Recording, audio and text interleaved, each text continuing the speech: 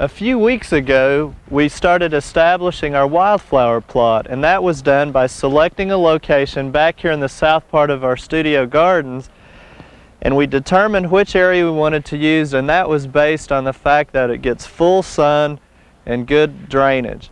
And if you remember, we came in and we covered our plot with black plastic. And the reason for this was to try to kill out any seed that might be germinating or any grass that was growing. But before we did that, we came in and we sprayed the area with Roundup, a herbicide, to kill out any existing vegetation. And we were going to try to run an experiment, and we tilled up this half of our plot, and that's about 50 square feet. This half of the plot we just left alone.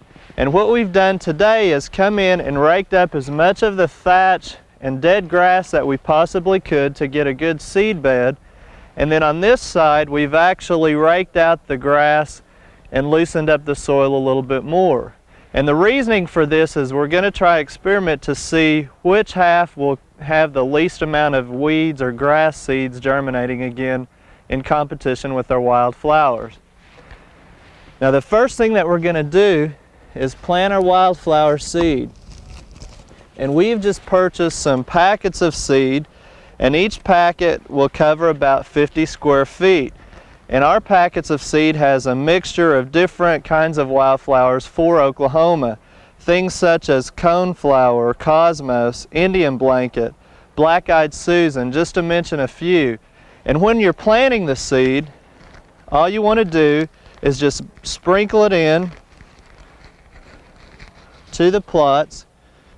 And again, this is a side that we're going to cover with hay when we finish seeding it.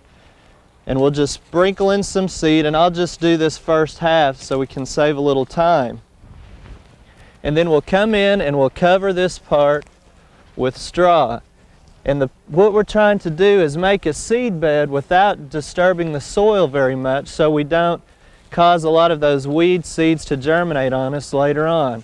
And then we'll just cover that area with the straw and hope that our seeds will germinate in a few days. Now we'll do the same on this half, and we'll plant some of the same seed, a mixture. And the things that I want you to keep in mind when planting wildflower seeds are that some of these are actually true native seeds, but some of them have been introduced into Oklahoma and have acclimated to certain conditions. And they're not really true natives, but they're considered natives just because they continue to grow. And once we seed this area, all we'll do is just come in and make contact with the soil and the seeds, so those will get good coverage and hopefully germinate on us too. Now the hardest thing about wildflowers is trying to determine whether or not your seedlings that are germinating or your wildflowers are actually weeds. And there's many different reference books throughout that you can use to identify wildflowers, the seedlings, and also find out which ones are true natives for Oklahoma. So after we finish up planting and covering this side with straw, mixing this in just with the soil, we'll water it in, and then the freezing and thawing action during the winter time will help these seeds germinate, and by next spring we'll come back and see what kind of stand we have. We hope you enjoyed this video. It's part of our OK Gardening Classics YouTube channel. You can also find more recent videos on our Oklahoma Gardening YouTube channel. And join us on social media for great gardening tips, photos, and discussion.